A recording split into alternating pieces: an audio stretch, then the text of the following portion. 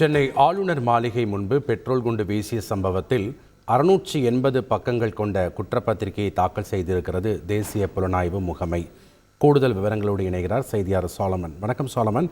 இந்த விவகாரத்தில் 680 பக்க குற்றப்பத்திரிகையை தாக்கல் செய்திருக்கு தேசிய புலனாய்வு முகமை. விவரங்கள் என்ன?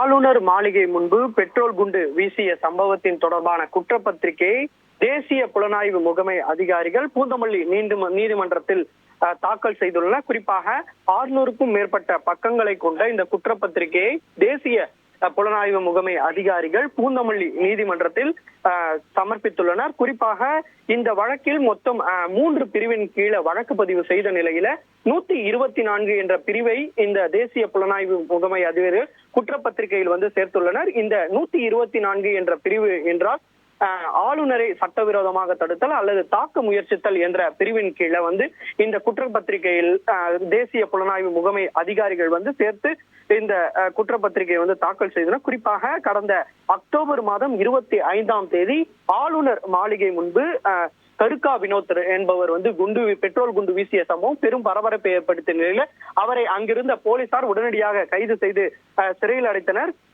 அவரிடம் விசாரணை மேற்கொண்டதுல நீட் தேர்வு உள்ளிட்ட பல்வேறு கோப்புகள்ல ஆளுநர் தொடர்ச்சியாக கையெழுத்ததாக அவர் ஆளுநர் மாளிகை முன்பு குண்டு வீசியதாக ஒரு கருத்தை ஒன்று பதிவிட்டார். குறிப்பாக இந்த விவகாரமானது பெரும் சர்ச்சையை ஏற்படுத்திய நிலையில் என்ஐஏ அதிகாரிகள் இந்த விவகாரம் தொடர்பாக 3 பிரிவின் கீழே வழக்கு பதிவு செய்து 5 நாட்கள் கருக்கா வினோத் என்பவரை கஸ்டடி எடுத்து விசாரணை மேற்கொண்டனர்.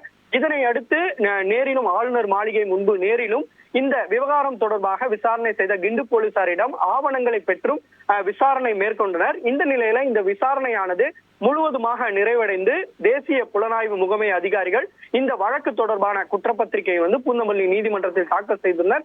இதனை அடுத்து இந்த வழக்கு தொடர்பான விசாரணையானது நீதிமன்றத்தில் நடைபெற்று வரும் என எதிர்பார்க்கப்படுகிறது. நன்றி சாலமன்.